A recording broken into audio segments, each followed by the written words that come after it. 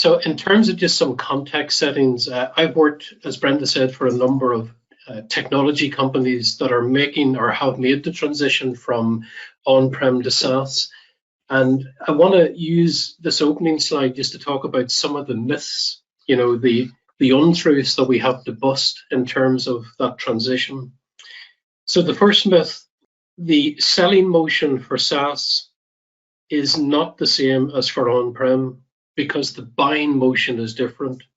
So many times I've had debates, particularly with product management, that just offer, you know, just do what you're doing, keep doing what you're doing for our on-prem as you're doing for our SaaS solutions. No disrespect to product management, and I am a product guy, the selling motion is not the same.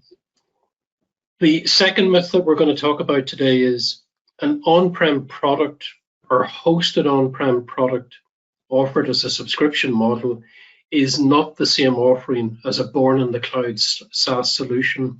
And certainly from the panel discussion today, we're going to explore those differences, talk you through some of those, and hopefully you'll share your experiences as well.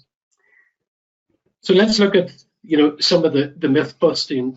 The whole language around on-prem and selling and buying on-prem is very different. So here's a list of some of what we would see as the common terms and jargon that salespeople and the buyers deal with and trade with. And Brenda, if you can hit the equivalent now for SaaS, please. So you can see that the language is changing. Instead of pricing, we're talking fees, annual recurring revenue, monthly recurring revenue. These are key things. The whole area of the commercial contracts is switching now from just a pure EULA to what's your cloud services agreement or your data processing agreement. And as we see later in the discussion, all of these different language terms and deliverables can really impact the sales motion, the buyers, the sales cycle, and we'll talk through that. The next slide, please, Brenda. And the other thing again is the buyers have very different questions during the sales cycle. You know, typically for on-prem, it's a captive solution. You're responsible for the infrastructure as well as buying the actual software or additional equipment that you want to deploy to run your particular business need. But if we look here, let's look at, if we bring in the next piece, what's different, Brenda, for SaaS?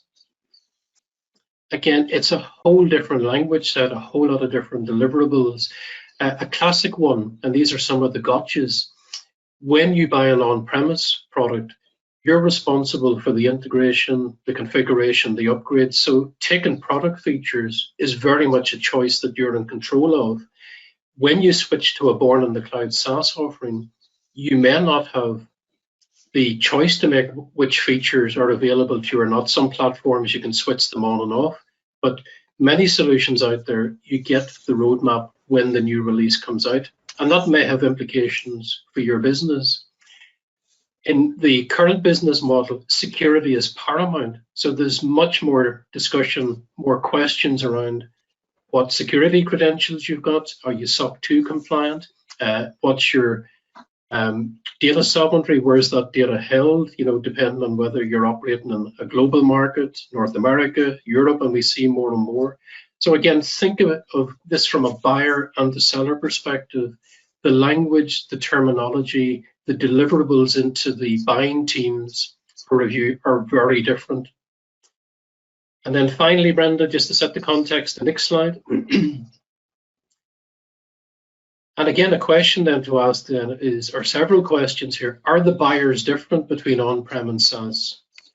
We believe that they are. We believe that there's many more personas involved, and you can see quite a range of people here. Typically in on-prem, IT have a significant influence on the buying decision, the evaluation selection, typically with the line of business, divisional manager, and the procurement team.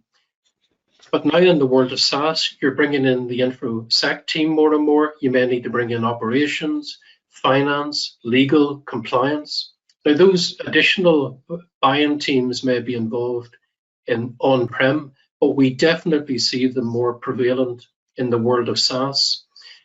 The other thing that we'll tease out during the discussion and it's a big debate. Does SaaS mean that you have a faster sales cycle or a longer sales cycle? And it really depends. We see both. For our business, we see for SMB business, SaaS offers us a really fast sales cycle, but at enterprise level, people want to know more about security, they want to do audits, they want to do proof of concepts. So does that slow the buying cycle down?